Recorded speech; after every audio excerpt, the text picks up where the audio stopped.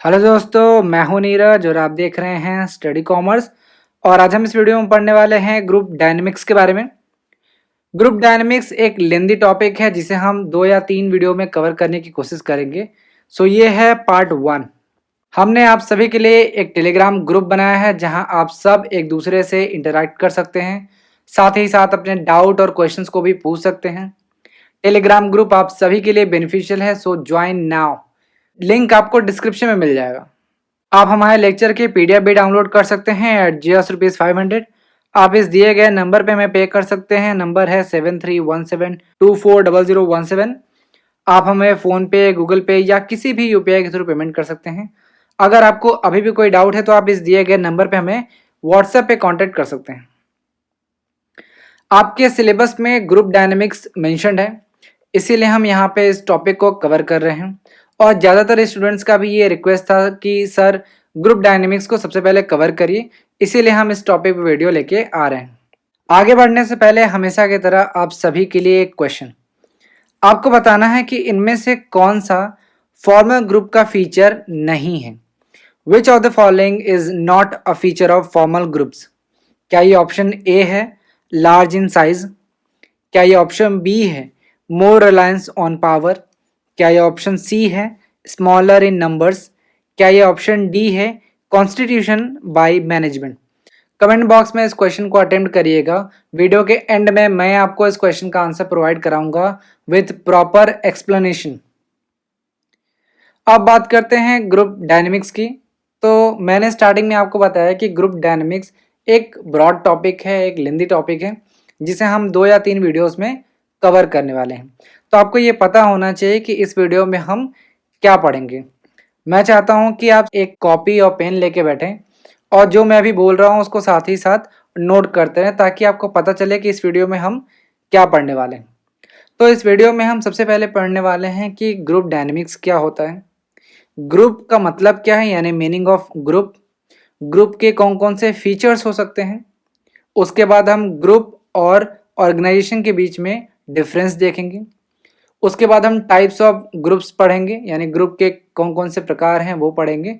उसके बाद हम फॉर्मल और इनफॉर्मल ग्रुप के बारे में डिस्कस करेंगे, यानी उन दोनों के बीच में डिफरेंस को पढ़ेंगे। तो सबसे पहले बात करते हैं ग्रुप डायनेमिक्स होता क्या है। तो ग्रुप डायनेमिक्स को पढ़ने से पहले हमें ये जानना होगा कि एक ऑर्गेनाइजेशन कैसे काम करता है। अब एक ऑर्गेनाइजेशन का एग्जांपल लेते हैं। फॉर एग्जांपल आप सभी यूनिवर्सिटी से पढ़े हुए हैं या फिर पढ़ रहे होंगे या पढ़ने वाले होंगे। तो यूनिवर्सिटी किस तरीके से काम करती है उसमें आप देखते हैं कि डिफरेंट डिपार्टमेंट्स होते हैं। जैसे कॉमर्स डिपार्टमेंट एक सेपरेट डिपार्टमेंट है, इसी तरीके से आर्ट्स डिपार्टमेंट होता है, साइंस डिपार्टमेंट होता है। और हर डिपार्टमेंट में बहुत सारे लोग होते हैं काम करने वाले, जिन्हें हम स्टाफ कहते हैं। और यूनिवर्सिटी जो है वो एक एजुकेशनल ऑर्गेनाइजेशन है, तो यहाँ पे स्टाफ को हम टीचिंग स्टाफ कहते हैं। तो यहाँ पे अलग अलग स्टाफ होंगे, जैसे एचओडी, डीन, अलग अलग फैकल्टीज मेंबर होंगे, जैसे अकाउंट के प्रोफेसर होंगे, बैंकिंग, मैनेजमेंट, इकोनॉमिक्स सब्जेक्ट के प्रोफेसर होंगे। इसी तरीके से दूसरे डिपार्टमेंट में भी छोटे छोटे ग्रुप्स होंगे जो ऑर्गेनाइजेशन के गोल को अचीव करने के लिए साथ में मिलके काम करते हैं।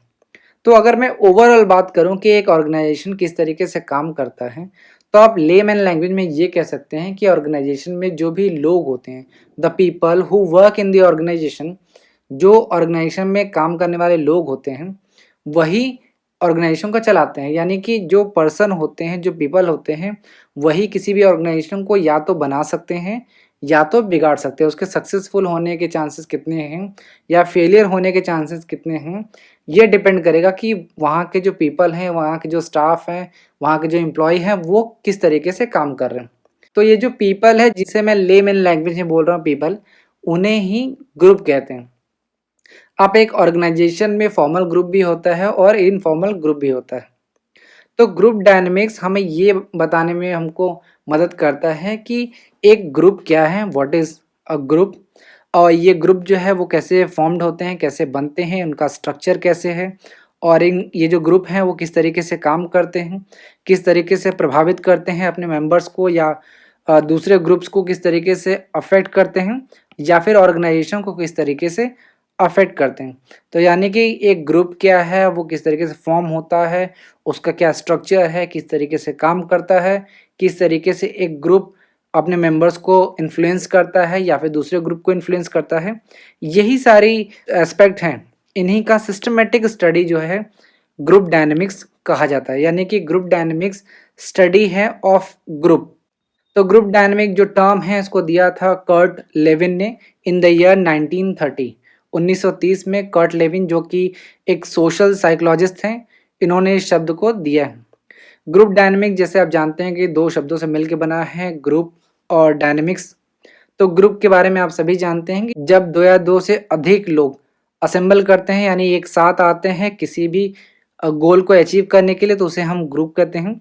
और इसके अंतर्गत जो भी मेंबर होते हैं वो एक दूसरे से इंटरेक्ट करते हैं और इंटरडिपेंडेंट होते हैं एक दूसरे पे, ताकि जो भी कॉमन गोल है उसको हम अचीव कर सकें। दूसरा टर्म है डायनेमिक्स। डायनेमिक्स एक ग्रीक वर्ड है जिसका मतलब होता है फोर्स। तो इस तरीके से ग्रुप डायनेमिक्स क्या है, स्टडी ऑफ फोर्सेस, फोर्स की स्टडी है जो कि किसी ग्रुप के अंदर इन्फ्लुएंस करती है, यानी किसी ग्रुप को इन्फ्लुएंस करने वाली फोर्सेस को ही हम स्टडी करते हैं। यहाँ पे एक डायग्राम दिया गया है जिसमें आपको ग्रुप डायनेमिक्स का मतलब समझाया गया है। ग्रुप डायनेमिक्स का सिंपल मतलब ये है कि study of forces operating with in a group, यानी कि एक ग्रुप के अंदर वो कौन कौन से फोर्सेस हैं जो उस ग्रुप को प्रभावित करती हैं, इसे ही हम ग्रुप डायनेमिक्स कहते हैं। अगर हम दूसरे तरीके से समझना चाहें तो ग्रुप डायनेमिक्स क्या है, एक सब डिसिप्लिन है ऑफ सोशल साइकोलॉजी, जो कि इस बात की स्टडी करता है, इस बात में डील करता है कि एक ग्रुप किस तरीके से बनाया जाता है, उसका स्ट्रक्चर कैसे होता है, और एक ग्रुप का जो फंक्शन है वो क्या होता है, और ग्रुप की कौन कौन से प्रॉब्लम है ये पता करना ज़रूरी है। क्योंकि अगर हमें ये नहीं पता होगा कि एक ग्रुप क्या है, ग्रुप कैसे बनता है, उसका स्ट्रक्चर कैसे होता है, ग्रुप कैसे काम करता है, किस तरीके से एक ग्रुप अपने मेंबर्स को इन्फ्लुएंस करता है, अगर ये हमें नहीं पता होगा तो जो भी हमने प्री सेट ऑब्जेक्टिव सेट किए हैं, जो प्री सेट गोल सेट किए हैं, उसे हम अचीव नहीं कर सकते। तो इन सारी चीज़ों को जानना ही ग्रुप डायनेमिक्स कहा जाता है। तो सबसे पहले बात करते हैं मीनिंग ऑफ ग्रुप की। तो हम कई बार ग्रुप टर्म को यूज़ कर चुके हैं, तो सबसे पहले हम ये जानते हैं कि ग्रुप होता क्या है। तो ग्रुप क्या है, एक एग्रीगेशन है ऑफ सम पर्सन्स, यानी कुछ लोग जब साथ में आते हैं तो उन्हें हम ग्रुप कहते हैं। जनरली वो एक दूसरे से इंटरेक्ट करते हैं और उनकी एक डिस्टिंक्ट आइडेंटिटी होती है, यानी उनकी एक अलग पहचान होती है, और वो साथ मिलकर काम करते हैं for achieving some common goal, यानी किसी कॉमन गोल को अचीव करने के लिए जब कुछ लोग साथ में आते हैं तब उसे हम ग्रुप कहते हैं। यहाँ पे एक चीज़ ध्यान रखिएगा कि उनकी जो आइडेंटिटी होती है वो डिस्टिंक्ट आइडेंटिटी होती है, यानी कि उनकी एक अलग पहचान होती है। अब अलग पहचान कैसे होगी, हम ये जानते हैं कि प्रत्येक ग्रुप की अपनी एक पहचान होती है जिसके द्वारा उसके मेंबर जाने जाते हैं। For example, member of a band party और club are known through their respective band और क्लब, यानी कि जो भी बैंड पार्टी है उनके जो मेंबर होते हैं वो उनकी बैंड पार्टी के नाम से जाने जाते हैं। फॉर एग्जाम्पल, मैं किसी म्यूजिक बैंड का नाम लूं जो आप सभी फेमिलियर होंगे, जैसे सनम। अगर आप यूट्यूब पे सनम टाइप करेंगे तो एक म्यूजिक बैंड आपके सामने आएगा।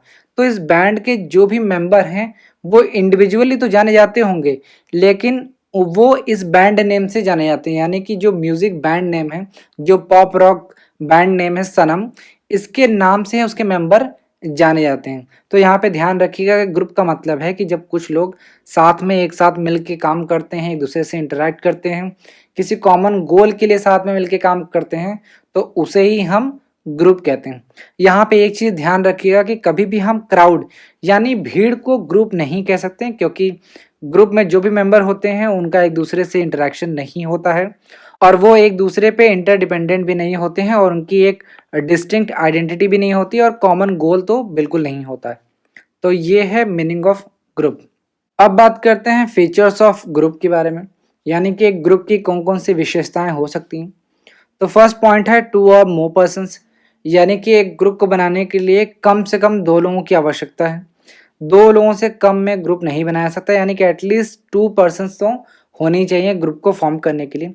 और मैक्सिमम के बारे में पहले से कोई भी निश्चित नहीं होता है, यानी पहले से हम ये डिसाइड नहीं करते हैं कि मैक्सिमम नंबर कितना होता है। वो वेरी कर सकता है according to need and aspiration of the members, यानी कि कितनी आवश्यकता है मेंबर्स की, क्या इच्छा है, या फिर सिचुएशन किस तरीके की है, ये डिसाइड करता है कि मैक्सिमम मेंबर कितने होंगे। नेक्स्ट है इंटरैक्शन। तो जाहिर सी बात है ग्रुप में जो भी मेंबर होंगे वो एक दूसरे से इंटरैक्ट करेंगे, वो अपने व्यूज़, ओपिनियन और इन्फॉर्मेशन शेयर करते हैं through various channel of communication जो भी अवेलेबल होता है। यहाँ पे एक चीज़ ध्यान रखिएगा कि जो ग्रुप मेंबर है वो एक दूसरे से इंटरैक्ट ज़रूर करते हैं, लेकिन इसका मतलब ये नहीं है कि ये इंटरैक्शन जो है वो डेली बेसिस पे हो, ये कोई ज़रूरी नहीं है। कितनी बार इंटरैक्ट करेंगे, यानी फ्रिक्वेंसी क्या होगी, इंटेंसिटी क्या होगी कम्युनिकेशन की, ये डिपेंड करेगा कि सिचुएशन कैसी है। यानी कम्युनिकेशन की जो फ्रिक्वेंसी और इंटेंसिटी होती है ग्रुप मेंबर्स के बीच में, वो डिफर कर सकती है as per the need of the situation, यानी जिस तरीके से सिचुएशन होगी उस तरीके से इंटरैक्शन कम या ज़्यादा हो सकता है। नेक्स्ट है इंटरडिपेंडेंस। तो एक ग्रुप में जो भी मेंबर होते हैं वो एक दूसरे पे निर्भर होते हैं। इनफैक्ट आप ये कह सकते हैं कि डिपेंडेंस एक कनेक्टिंग फोर्स की तरह है। डिपेंडेंस जो है, निर्भरता, एक कनेक्टिंग फोर्स की तरह होता है जिससे ग्रुप मेंबर्स जो हैं वो एक दूसरे से बाइंड होते हैं, यानी जुड़े होते हैं।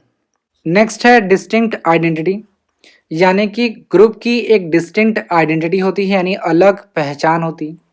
मैंने इसके बारे में आपको पहले ही बताया था कि प्रत्येक ग्रुप की अपनी खुद की एक आइडेंटिटी होती है जिसके द्वारा उसके मेंबर जाने जाते हैं।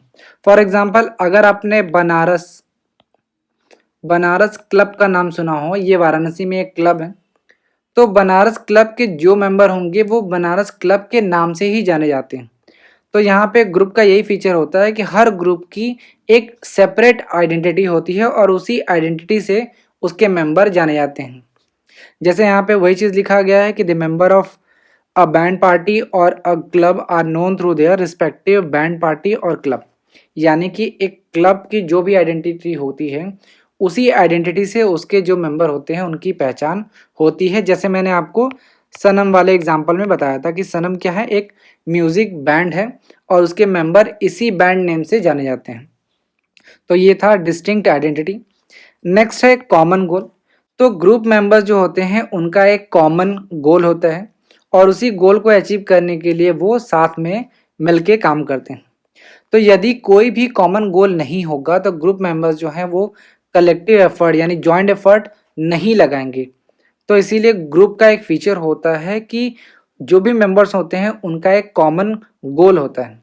हालांकि ये ज़रूरी नहीं है कि जो भी ग्रुप के गोल हैं वो इक्वली इम्पॉर्टेंट हो सभी के लिए। ये ज़रूरी नहीं, हो सकता है किसी मेंबर को जो कॉमन गोल है वो उतना इम्पॉर्टेंट ना लगे और किसी को हो सकता है वो ज़्यादा इम्पॉर्टेंट लगे। तो ये ज़रूरी नहीं है कि जो भी गोल है वो उसके मेंबर को सभी को इक्वली इम्पॉर्टेंट लगे।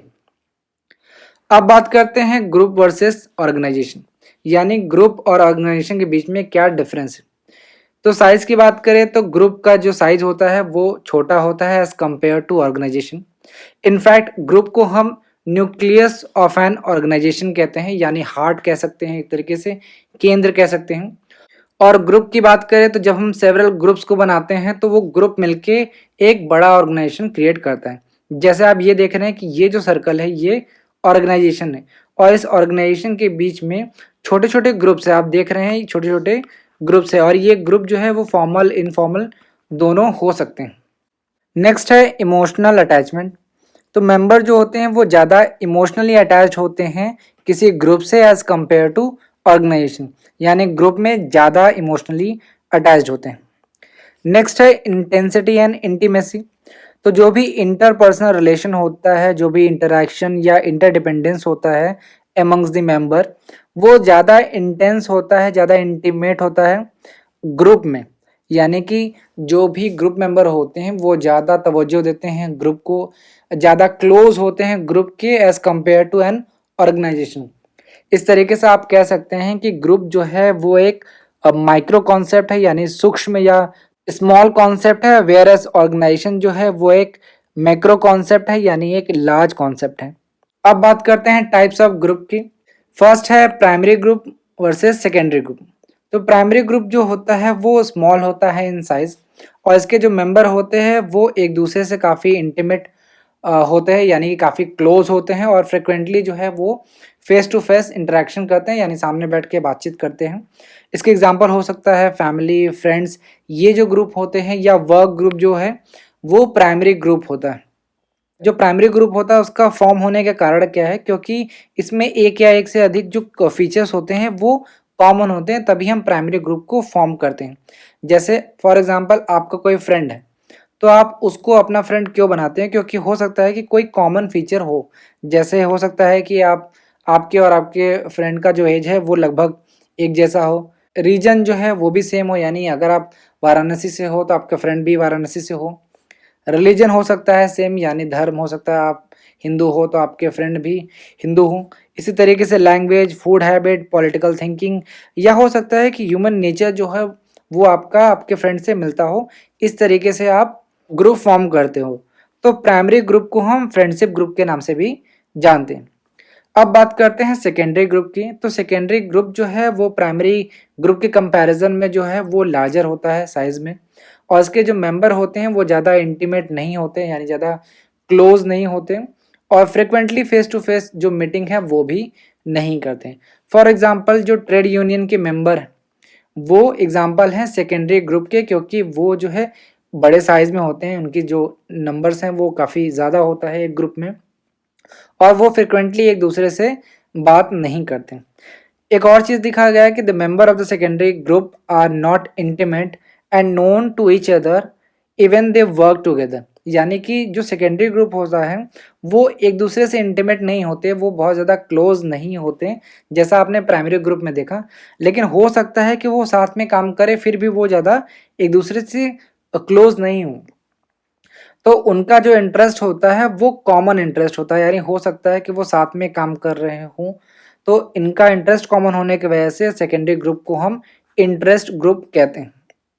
क्योंकि आप जानते हो कि एक ऑर्गेनाइजेशन में जो एम्प्लॉयज़ काम करते हैं उनका जो ऑब्जेक्टिव होता है वो कॉमन होता है, तो कॉमन इंटरेस्ट की वजह से सेकेंडरी ग्रुप को हम इंटरेस्ट ग्रुप के नाम से भी जानते हैं।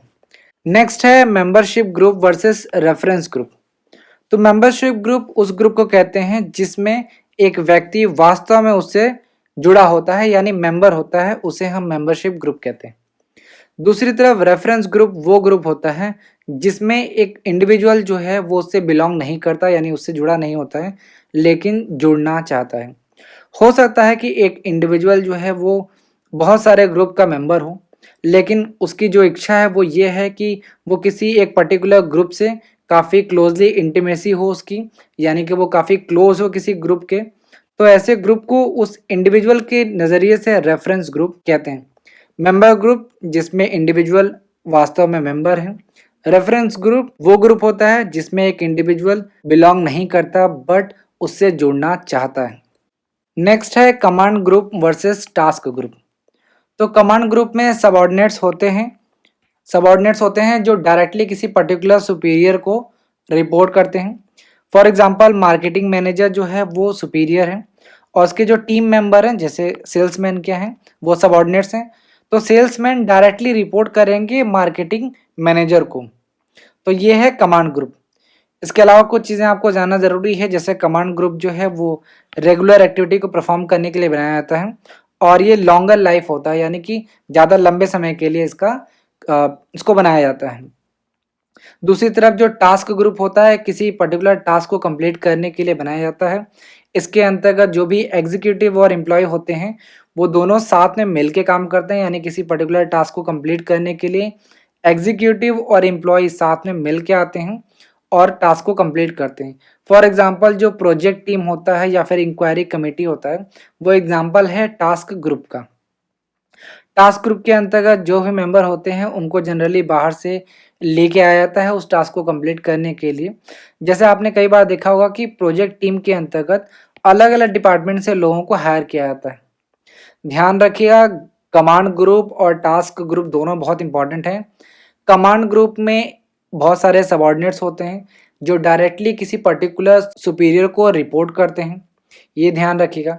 टास्क ग्रुप में क्या होता है कि किसी पर्टिकुलर टास्क को कंप्लीट करने के लिए एग्जीक्यूटिव और एम्प्लॉयज़ साथ में मिल के काम करते हैं। एक और इम्पॉर्टेंट चीज़ ध्यान रखिएगा कि हो सकता है कि जो कमांड ग्रुप है उसे हम टास्क ग्रुप भी कह सकते हैं, लेकिन जो भी टास्क ग्रुप है उसे हम कमांड ग्रुप नहीं कह सकते, ये आप ध्यान रखिएगा। नेक्स्ट है इन ग्रुप वर्सेस आउट ग्रुप। तो इन ग्रुप क्या होता है? इन ग्रुप वो ग्रुप है जिनका ऑर्गेनाइजेशन में जो दबदबा है वो ज़्यादा है, यानी डोमिनेंस ज़्यादा है, यानी ऐसे ग्रुप जिनका डोमिनेंट प्लेस है ऑर्गेनाइजेशन में उसे हम इन ग्रुप कहते हैं। और दूसरी तरफ जो आउट ग्रुप है उसका कोई भी डोमिनेंस नहीं होता है ऑर्गेनाइजेशन में। तो ऐसे ग्रुप जिनका डोमिनेंस होता है वो इन ग्रुप कहे जाते हैं, और जिनका डोमिनेंस नहीं होता है उसे हम आउट ग्रुप कहते हैं। नेक्स्ट है formal group versus informal group. तो एक फॉर्मल ग्रुप वो है जो मैनेजमेंट के द्वारा बनाया जाता है, ये आप ध्यान रखिएगा।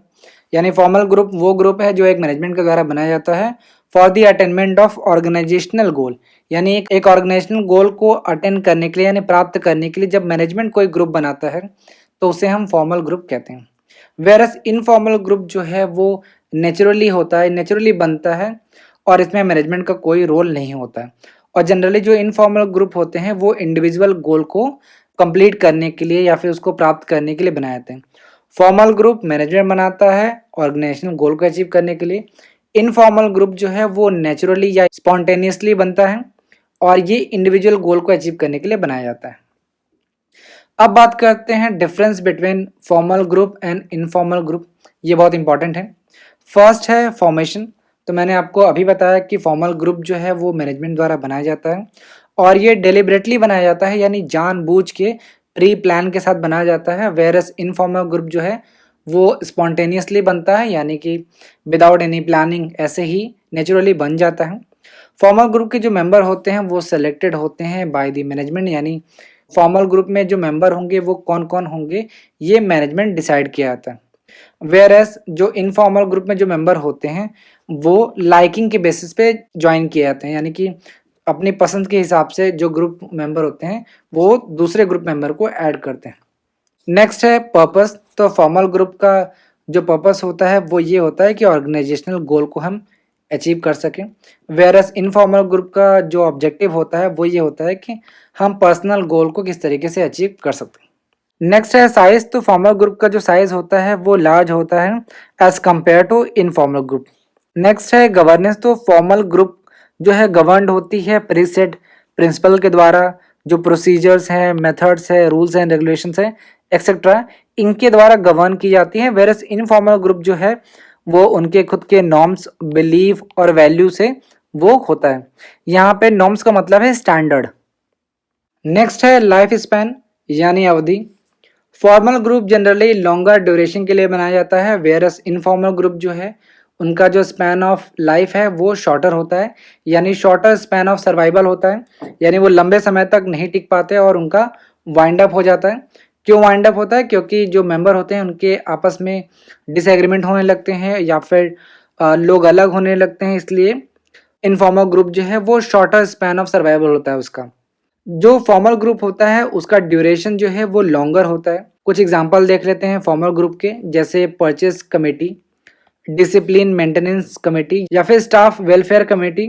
ये ऐसे फॉर्मल ग्रुप के एग्जांपल हैं जो ऑर्गेनाइजेशन के सर्वाइवल तक टिके रहते हैं, यानी जब तक ऑर्गेनाइजेशन होता है तब तक ये कमेटीज काम करते हैं, यानी ये फॉर्मल ग्रुप काम करते रहते हैं। नेक्स्ट है अथॉरिटी एंड पावर। तो फॉर्मल ग्रुप जो है वो फंक्शन करता है on the basis of authority, यानी फॉर्मल ग्रुप अथॉरिटी के बेसिस पे काम करता है और ये अथॉरिटी मैनेजमेंट से उसको मिलती है। वेयर एज जो इनफॉर्मल ग्रुप है वो पावर पे रिलाई करती है पूरी तरीके से। दूसरे तरीके से आप ये कह सकते हैं कि जो फॉर्मल ग्रुप में लीडरशिप होता है वह अथॉरिटी बेस्ड होता है, और वेयर एज जो इनफॉर्मल ग्रुप है उसमें जो लीडरशिप होता है वो पावर पे बेस्ड होता है ऑफ देयर लीडर्स। नेक्स्ट है नंबर ऑफ ग्रुप्स। तो फॉर्मल ग्रुप की संख्या कम होती है as compare to informal group in same organization. Same organization के अंतर्गत जो फॉर्मल ग्रुप होती है उसकी संख्या आपको कम दिखेगी और इनफॉर्मल ग्रुप की संख्या आपको ज़्यादा दिखेगी। नेक्स्ट है कम्युनिकेशन चैनल। तो जो फॉर्मल ग्रुप होते हैं उसमें ऑफिशियल जो प्रिस्क्राइब्ड कम्युनिकेशन चैनल होते हैं उन्हीं को आपको फॉलो करना होता है, चाहे वो स्केलर चेन हो चाहे वो यूनिटी ऑफ कमांड हो। हाउएवर जो इनफॉर्मल ग्रुप हैं उनमें कोई भी प्रीसेट लाइन ऑफ कम्युनिकेशन नहीं होता है, यानी जो भी मेंबर हैं वो स्पॉन्टेनियस फ्लो में यानी अव्यवस्थित तरीके से खुले तरीके से वो कम्युनिकेट कर सकते हैं। जनरली इनफॉर्मल ग्रुप में ओरल कम्युनिकेशन का इस्तेमाल किया जाता है और ये ग्रेप वाइन फॉर्म में होता है, पूरे डायरेक्शन में चलता है। नेक्स्ट है इम्पोर्टेंस। तो एक ऑर्गेनाइजेशन में फॉर्मल ग्रुप का जो इम्पोर्टेंस है वो ज़्यादा होता है as compare to informal group. और फॉर्मल ग्रुप से ही हम ये देखते हैं कि इनफॉर्मल ग्रुप बनता है, यानी बिना फॉर्मल ग्रुप के आप इनफॉर्मल ग्रुप के एग्जिस्टेंस को इमेजिन भी नहीं कर सकते। नेक्स्ट है एवोल्यूशन, यानी कि किस तरीके से समाप्ति होती है। तो जैसे मैंने आपको बताया कि फॉर्मल ग्रुप जो है वो मैनेजमेंट द्वारा क्रिएट किया जाता है, इसीलिए इसको एवोल्यूशन भी जो होता है वो मैनेजमेंट के द्वारा ही होता है, यानी इसकी समाप्ति भी मैनेजमेंट ही करता है। वेयर जो इनफॉर्मल ग्रुप है इसका जो फॉर्मेशन होता है वो नेचुरली होता है, तो इस तरीके से इसका जो एंड अप होगा वो भी जो मेंबर है उनके डिज़ायर पे होगा, यानी उनकी इच्छा पे ही स्पॉन्टेनियसली होगा। अभी आपने फॉर्मल और इनफॉर्मल ग्रुप के बीच में डिफरेंसेस देखा, तो अगर हम डिफरेंसेस को हटा दें एक सेकंड के लिए, तो जो दोनों ग्रुप हैं वो एक दूसरे से इनसेपरेबल हैं, यानी अलग नहीं किए जा सकते हैं। दोनों का अपना एक इम्पॉर्टेंस है, दोनों एक ही सिक्के के दो अलग अलग पहलू हैं। तो इस तरीके से हम ये कह सकते हैं कि फॉर्मल ग्रुप और इनफॉर्मल ग्रुप जो हैं वो एक दूसरे के लिए कॉम्प्लीमेंट्री हैं और सप्लीमेंट्री हैं। इसी को फ्रेड लूथन्स ने कहा है कि अगर आप ये समझते हो कि फॉर्मल ग्रुप और इनफॉर्मल ग्रुप दोनों अलग अलग हैं तो ये आपकी एक मिस्टेक है। दोनों जो है इनका कोएग्जिस्टेंस ज़रूरी है और ये एक ऑर्गेनाइजेशन से अलग नहीं किया जा सकते, इनकी अपनी इम्पोर्टेंस है। अब बात करते हैं क्वेश्चन की। तो वीडियो के स्टार्टिंग में मैंने आपसे पूछा था कि इनमें से कौन सा फॉर्मल ग्रुप का फीचर नहीं है। Which of the following is not a feature of formal group. एक एक करके हर ऑप्शन को इवेल्युएट करते हैं। फर्स्ट है लार्ज इन साइज। तो मैंने आपको बताया था कि फॉर्मल ग्रुप जो है वो लार्ज इन साइज होता है एज कम्पेयर टू इनफॉर्मल, तो ये आपका आंसर नहीं हो सकता।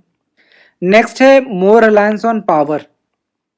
तो फॉर्मल ग्रुप में पावर पे रिलाय नहीं किया जाता है बल्कि अथॉरिटी पे किया जाता है। मैंने आपको बताया था कि फॉर्मल ग्रुप जो है वो रिलाय करती है ऑन अथॉरिटी और ये अथॉरिटी उसको मैनेजमेंट से मिलता है। नेक्स्ट है स्मॉलर इन नंबर्स। तो मैंने आपको बताया था कि फॉर्मल ग्रुप जो है वो उनकी संख्या कम होती है, स्मॉलर इन नंबर्स होते हैं। नेक्स्ट है कॉन्स्टिट्यूशन बाय मैनेजमेंट। तो मैंने आपको अभी बताया था कि मैनेजमेंट जो है वो फॉर्मल ग्रुप को कॉन्स्टिट्यूट करती है यानी बनाती है और वही उस ग्रुप को एबॉलिश करती है। तो करेक्ट आंसर हो जाएगा बी, क्योंकि मोर रिलायंस ऑन पावर जो है वो फॉर्मल ग्रुप का फीचर नहीं है, ये फीचर है इनफॉर्मल ग्रुप का। तो ये था ग्रुप डायनामिक्स। उम्मीद है आपको पसंद आया होगा। Thank you.